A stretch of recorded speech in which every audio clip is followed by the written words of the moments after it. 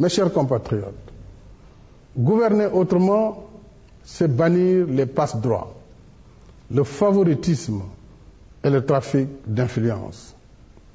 C'est mettre l'intérêt public au-dessus de toute autre considération et traiter tous les citoyens avec la même dignité et le même respect.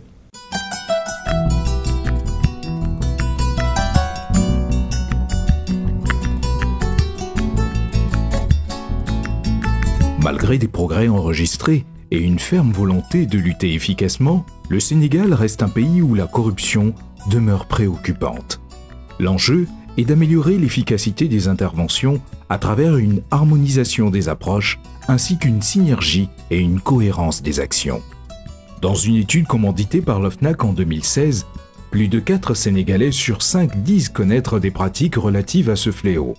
La lutte contre la corruption est devenue l'une des composantes transversales de la gouvernance publique du Sénégal depuis l'accession à la magistrature suprême en 2012 du président de la République Macky Sall, qui a mis en place le plan Sénégal émergent. La lutte contre la corruption occupe une place importante dans le PSE, dont l'axe stratégique repose sur la gouvernance, les institutions, la paix et la sécurité. À cet égard, divers instruments ont été mis en place pour assurer le contrôle dans la gestion publique, à savoir entre autres l'Inspection générale d'État, la Cour des comptes, la Cellule nationale de traitement de l'information financière et enfin l'Office national de lutte contre la corruption. L'État a ainsi confié à ce dernier en 2017 l'élaboration d'une stratégie nationale de lutte contre la corruption, couvrant les années 2020 à 2024, dans le cadre de la mise en œuvre du PSE et de l'application des dispositions de l'article 5 de la Convention des Nations Unies contre la corruption. Le Sénégal est membre de la Convention de l'Union africaine contre la corruption. Il est également membre de la Convention des Nations Unies contre la corruption, appelée Convention de Mérida. L'ensemble de ces instruments impose aux États un certain nombre d'obligations, parmi lesquelles l'élaboration et l'application de politiques concertées et efficaces de lutte contre la corruption et la mise en œuvre de pratiques coordonnées de lutte contre la corruption. En plus, l'axe 3 du plan Sénégal émergent insiste sur la nécessité d'avoir une stratégie nationale de lutte contre la corruption. Donc, le gouvernement a chargé l'OFNAC de coordonner le processus d'élaboration de cette stratégie nationale de lutte contre la corruption. La corruption, c'est une soustraction. C'est une soustraction de ressources qui sont destinées au développement, quelle que soit l'origine de ces ressources. Souvent, ceux qui s'y adonnent pensent que c'est quelque chose qui est limité à eux-mêmes ou à elles-mêmes et que ce n'est pas quelque chose d'une ampleur nationale. D'autant plus que cela se fait dans la discrétion. Mais quand on fait des études, on se rend compte que les ressources prélevées par la corruption sont très importantes. Dans certaines études, on trouve que cela représente jusqu'à 5% du produit intérieur brut des pays. Donc c'est beaucoup d'argent. Il y a bien sûr ceux qui pensent que la corruption n'est importante que pour les grandes sommes ou les grands projets, mais lorsqu'elle est prévalente dans les services et les institutions qui servent le commun des mortels, cela peut engendrer un coût important et un manque à gagner pour le développement.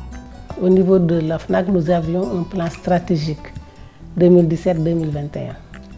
Dans la mise en œuvre de ce plan stratégique, nous avons organisé un certain nombre d'ateliers avec des secteurs névralgiques corruptibles. Et nous avons identifié un certain nombre de codes qui méritent d'être améliorés, puisque d'être recelant des points névralgiques de corruption. C'est ce qu'on appelle les niches de corruption. Et en plus, l'OFNAC avait commandité une étude en 2016. Un cabinet donc avait été choisi suite à un appel d'offres. L'administration des douanes s'est très tôt engagée dans le processus parce qu'elle est consciente que la corruption aujourd'hui est une menace criminelle pour tous les pays. Et tous les acteurs de chaque État sont appelés à intervenir parce que c'est une forme de criminalité transnationale organisée. Et c'est pour ça que l'administration de douane pouvait que participer à la mise en œuvre d'une telle vision. Depuis 2017, l'OFNAC mobilise toutes les compétences dans les domaines multisectoriels de la lutte contre la corruption pour permettre au Sénégal d'être conforme vis-à-vis de ses engagements communautaires et internationaux.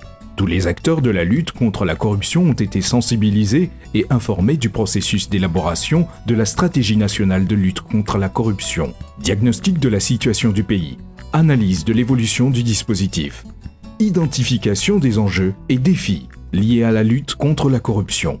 Une revue documentaire a permis de rassembler l'ensemble des informations quantitatives et qualitatives disponibles dans le but de mieux s'informer sur les différents aspects de la corruption au plan national, communautaire et international. De multiples ateliers d'examen et réunions ont permis de parvenir à la validation du rapport diagnostic qui a permis d'identifier les défis majeurs du Sénégal en matière de lutte contre la corruption.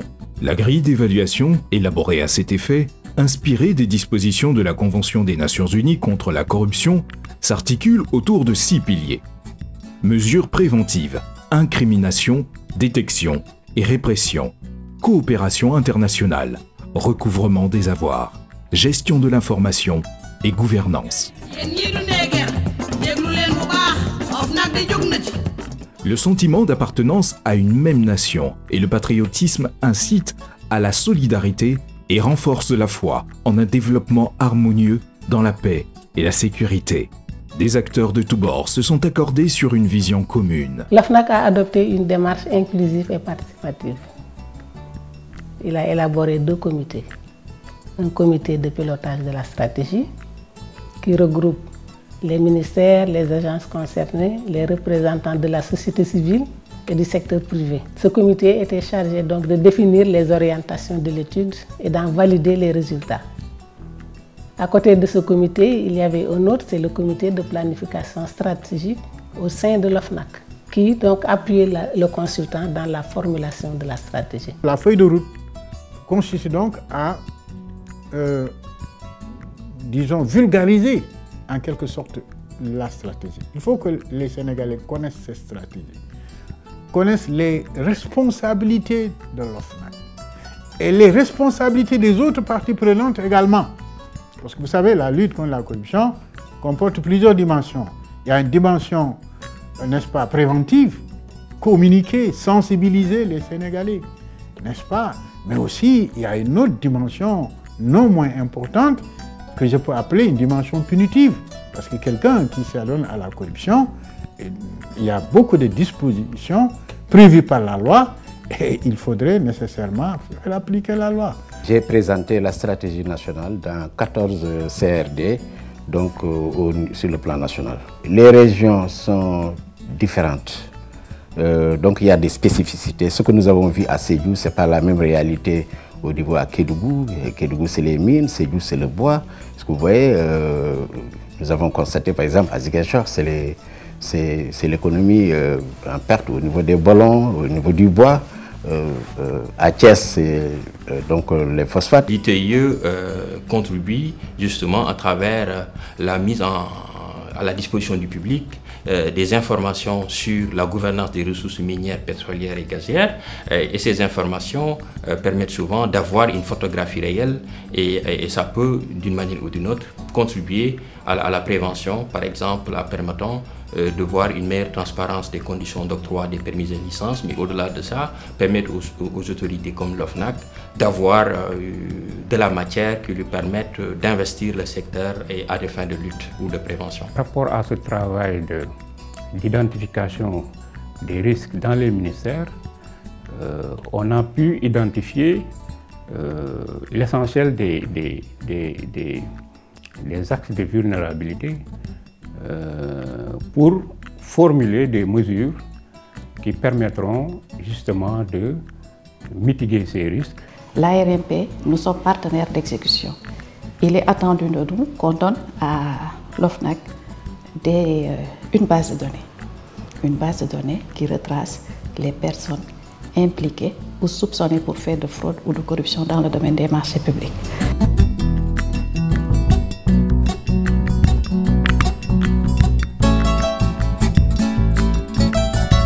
Les axes sont au nombre de 3. Il y a l'amélioration du cadre institutionnel et juridique donc, de la lutte contre la corruption. Il y a également l'amélioration des interventions et ensuite le renforcement de la communication et des capacités des différents acteurs. Chacun de ces axes contient un certain nombre d'objectifs qui, une fois atteints, participeront à la réalisation d'un Sénégal sans corruption, gage d'un développement durable et inclusif. Il s'agit par exemple de renforcer la transparence et l'équité dans la gestion des ressources publiques, renforcer la coopération internationale ou encore développer la prise de conscience sur la gravité du délit de corruption. Le ministère de la Justice est surtout attendu au niveau de l'axe 1 donc, de la stratégie nationale, notamment sur ce qu'on appelle le renforcement du cadre juridique institutionnel. Aujourd'hui, vous savez, la corruption est une infraction qui est prévue et qui est dans le code pénal, notamment les articles 159 et 160 qui définissent l'infraction de corruption. Nous avons un programme en cours d'exécution avec le gouvernement en appui à l'OFNAC. Il va se poursuivre, mais il est évident que d'autres partenaires aussi sont les bienvenus, puisque comme je le disais, les bénéfices de la lutte contre la corruption profitent à tout le monde. L'engagement de l'OFNAC à travailler avec toutes les parties prenantes procède ainsi de sa bonne compréhension de la marche pour construire les synergies nécessaires à la réussite de la lutte contre la fraude et la corruption.